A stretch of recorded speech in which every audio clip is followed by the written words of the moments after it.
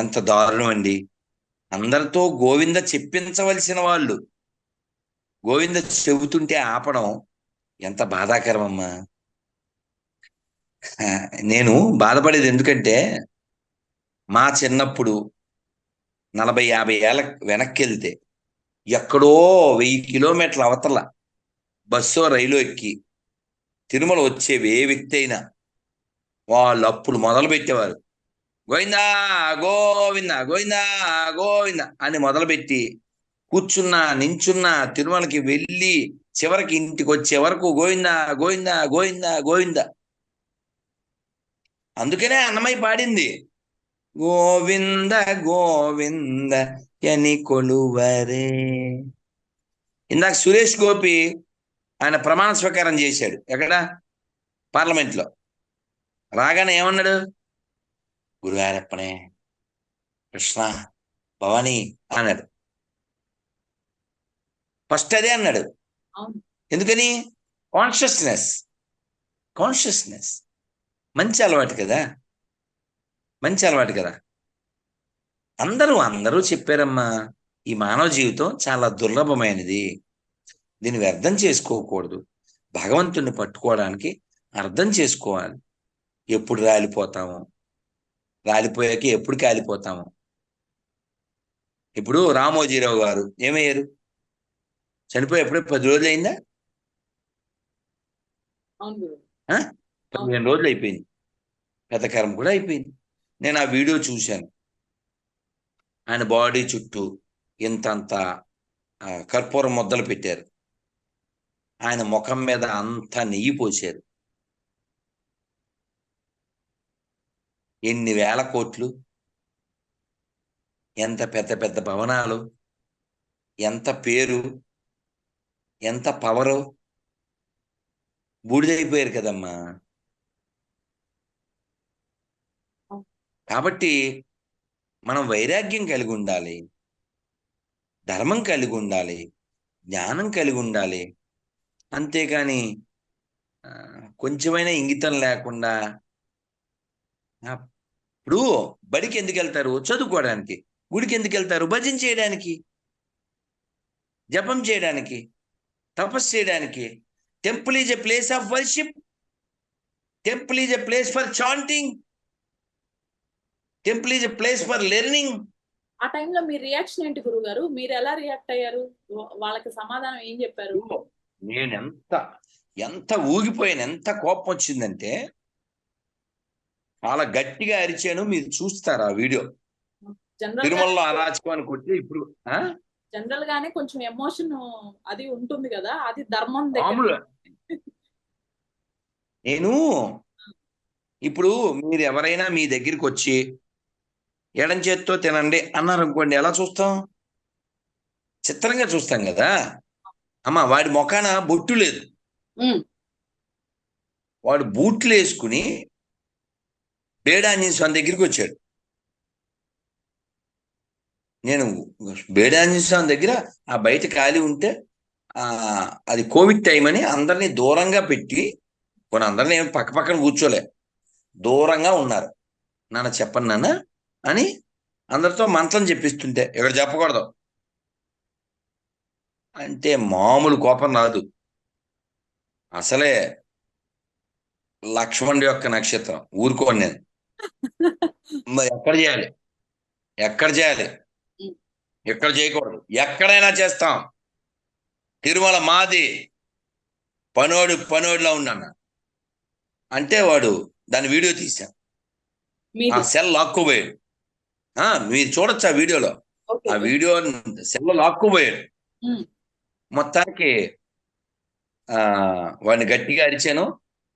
అలాంటి సంఘటనలు నాకు ఇంకో 2-3 జరిగినాయి తిరుమలలోనే. తిరుమలలో అన్ని రికార్డ్ చేయలేం కదమ్మా, అన్నిసార్లు సెల్ ఉండదు కదా. ఇప్పుడు కంపార్ట్మెంట్ లో జరిగింది, మరి దాన్ని రికార్డ్ చేయడం లేదు కదా, నేను చెప్తేనే తెలుస్తుంది, లేదా వాళ్ళ సీసీ కెమెరాలో ఉంటుంది. సో అదొకసారి. మాడ వీధుల్లో తిరుగుతుంటే అక్కడ కూడా వాడి గడ్డి పెట్టాం, అది వీడియో ఉంది. అయితే ఇప్పుడు ఇది బేడాంజనేయ స్వామి దగ్గరది అన్బేరబుల్. వాడిని గట్టిగా అరిచాను, వాడు సెల్ లాక్కుపోయాడు. ఫైనల్ గా నేను గద్దించి వాడిని పంపేశా. పంపేస్తే కాసేపటికి ఇద్దరు పోలీసులు వచ్చారు. ముగ్గురు, నలుగురు నా వెనకాల. నేను నడుస్తుంటే భుజాన్ని బ్యాగ్ వేసుకుని నా వెనకాలే వస్తున్నారు. నేను కిందకి మాడవీధుల్లోకి వెళ్తుంటే అక్కడ తిరుమల నంబి ఉన్నారు కదా, తిరుమల నంబి. అవును. ఆ తిరుమల నంబి వారి దగ్గర ప్రదక్షిణ చేస్తున్నా. ప్రదక్షిణ చేస్తుంటే ఒక్కరు, ఇద్దరు, ముగ్గురు, 10 మంది పోలీసులు వచ్చారు. నేను ఈ లోపల భగవంతుడు బుద్ధి ఇస్తాడు కదా, ఈ సెల్ ఫోను ఏదైతే వీడియో తీశానో ఆ సెల్ ఫోన్ దాచేశా. ఇంకో సెల్ ఫోన్ జేబులో ఉంది. ఓకే. ఈ 10 మంది పోలీసులు ఎస్ఐయో సిఐయో ఎవరో వచ్చారు. ఉమ్. వచ్చి స్వామి వీడియో తీశారంట గొడవని, ఆ సెల్ ఓసారి ఇవ్వండి అన్నాడు. ఓకే. నేను ఈ సెల్ ఇచ్చా. ఉమ్. వీడియో తీనిచ్చే కదా తీయడానికి అని. వాళ్ళు ఓకే. చూసేసి స్వామి ఇప్పుడు కిందకి వెళ్ళిపోతారా అన్నాడు. నేను మాడవీధులు తిరగాలి, ప్రదక్షిణ చేయాలి అన్నాను. వెనకాల పోలీసులు వచ్చారు. తిరిగి ఆ రథం దగ్గరికి వచ్చా. రథం దగ్గరికి వస్తే ఆ రథం దగ్గర ఒక ఎస్ఐ ఉండి ఎక్కడి నుంచి వచ్చారు అన్నాడు. ఇదే అని ఆధార్ కార్డు ప్రింట్ ఇచ్చేసా. ఓకే. అక్కడ మా ఎవరో ఇంకొక ఆయన పిలుస్తున్నారు అన్నాడు. ఇంకో సిఏ ఎవరు అంటే నేను ప్రదక్షిణ చేయాలి అంటే సార్ పిలుస్తున్నాడు. ఎవడు సార్ ఇక్కడ? ఇక్కడ only one boss, lord Balaji only the boss. ఇంకెవడు బాస్ కాదు, ఎవడైనా దాసులే, కాదంటే స్మాష్ అయిపోతారు అని చెప్పి ఆధార్ కార్డు ప్రింట్ ఇచ్చేసి నేను వెళ్ళిపోయాను. వెళ్ళిపోయినా అలా నేను అన్నమయ్య సర్కిల్ వస్తుంది కదా, అక్కడ బాదం పాలు తాగుదామని ఆగా. ఆగితే మళ్ళీ ఇద్దరు ముగ్గురు వచ్చారు. మళ్ళీ చివరికి ఆ టోల్ గేట్ దగ్గరికి వెళ్ళే వరకు అలా ఫాలో అప్ చేస్తూనే ఉన్నారు. నేను అత్యంత బాధపడిన విషయం, వాళ్ళు ఫోటో తీసుకున్నారు. ఆ ఫోటోని వాళ్ళకి వీళ్ళకి షేర్ చేసి నన్ను తిరుమల వస్తే, నేను తిరుమల వెళ్ళినప్పుడల్లా వెనక ముందు తిరగడం. ఓసారి అయితే ముక్కోటి ఏకాదశి నీళ్లు కూడా తాగలేదు. అక్కడ సారు ఒకసారి రమ్మన్నారు అని చెప్పి అక్కడ కూర్చోబెట్టి నీళ్లు కూడా తాగలేదు.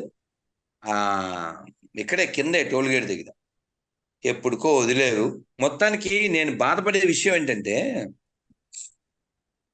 భగవంతుడి దగ్గర వినమ్రంగా వినయంతో సేవ చేయవలసినటువంటి ఈ పనోళ్ళు పనికిమాలలో లేరు. Include EO, include chairman, they are all become పనికిమాలోళ్ళు.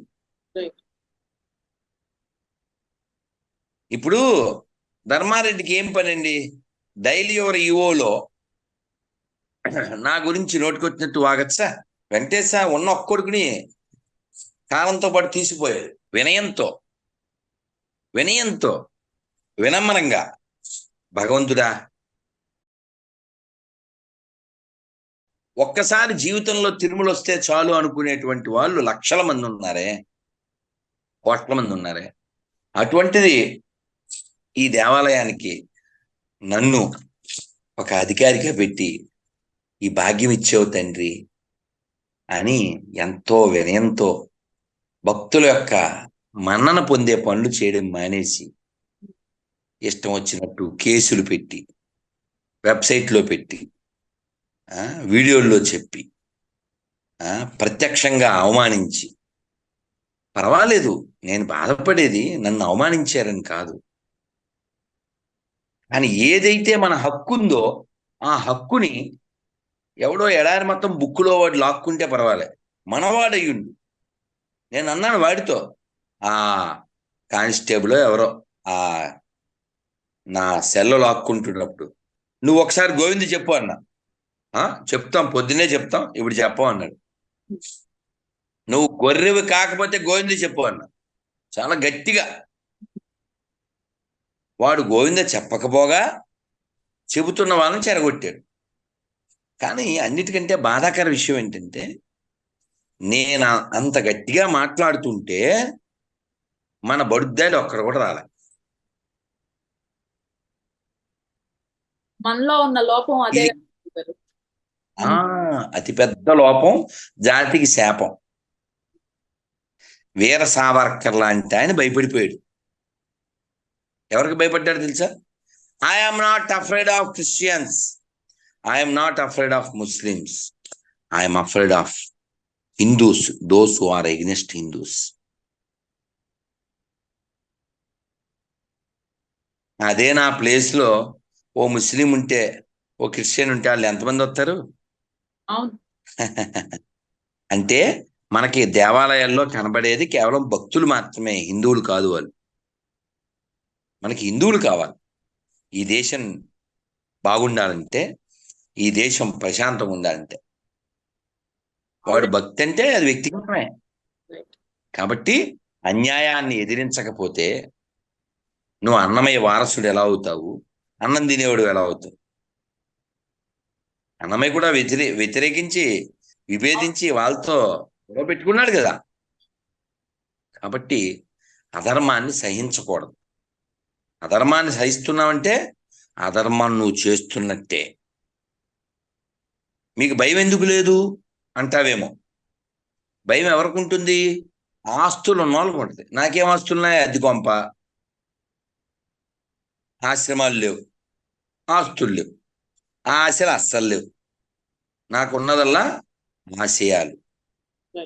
స్వామివారికి ఎప్పుడూ చెప్తాను, స్వామి నీ గురించి బాగా పాడేటట్టు, నీ గురించి బాగా వినేటట్టు, నీ గురించి బాగా చదివేటట్టు, అంతే. కోటికి పడగెత్తిన ధనవంతుడు కూటి కోసం తలపడే నిర్భాగ్యుడు, నీ గుడి ముంగిట సామాన్యుడు.